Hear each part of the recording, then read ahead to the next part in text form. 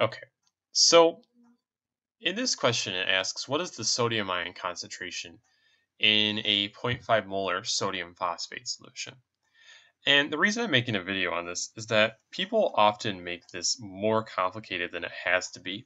So just keep in mind that this is actually really not as complicated as you think it needs to be. Though in this case, we do need to figure out some info like what exactly is sodium phosphate. So this does help us to go back and think a little bit.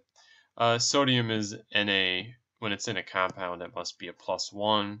Phosphate is one of our polyatomics. It's PO4 with a 3 minus. And so the formula that we would get would be Na3PO4. Now, when you put sodium phosphate, Na3PO4, into water, it dissociates because it's a soluble ionic compound that dissolves in water. And so what we get is we don't get three sodiums that are stuck together. We actually get three sodiums that are each floating around on their own. And then we get a phosphate. Phosphate is being held together by bonds, so that stays together also. We don't actually have that broken up in ions.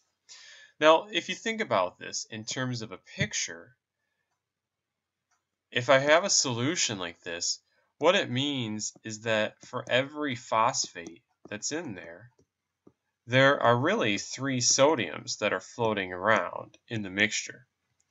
And so what I want you to think about that picture is think about that if I had a concentration of sodium phosphate that was 0.5 molar, well, over here, let's say the concentration of that is 0.5 molar, the phosphate.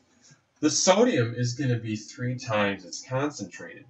And so we would expect that this would be 3 times 0.5 molar, which would be 1.5 molar in terms of the sodium ion.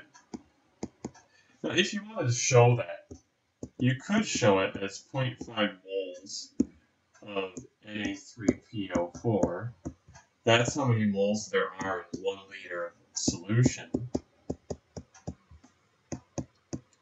And then you could say, well, oh, there's 3 moles of sodium for every 1 mole of sodium phosphate. Moles of sodium phosphate would cancel out. You would still have moles per liter, which is still a molar.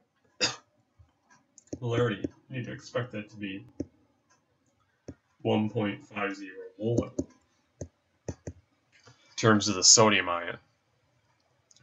The phosphate ion, since that is in a 1-to-1 ratio with the sodium phosphate, we would expect that to be 0.50 molar. Because for every 1 sodium phosphate, we just get 1 phosphate. So don't think too hard about this. It's relatively straightforward, but it throws people off. So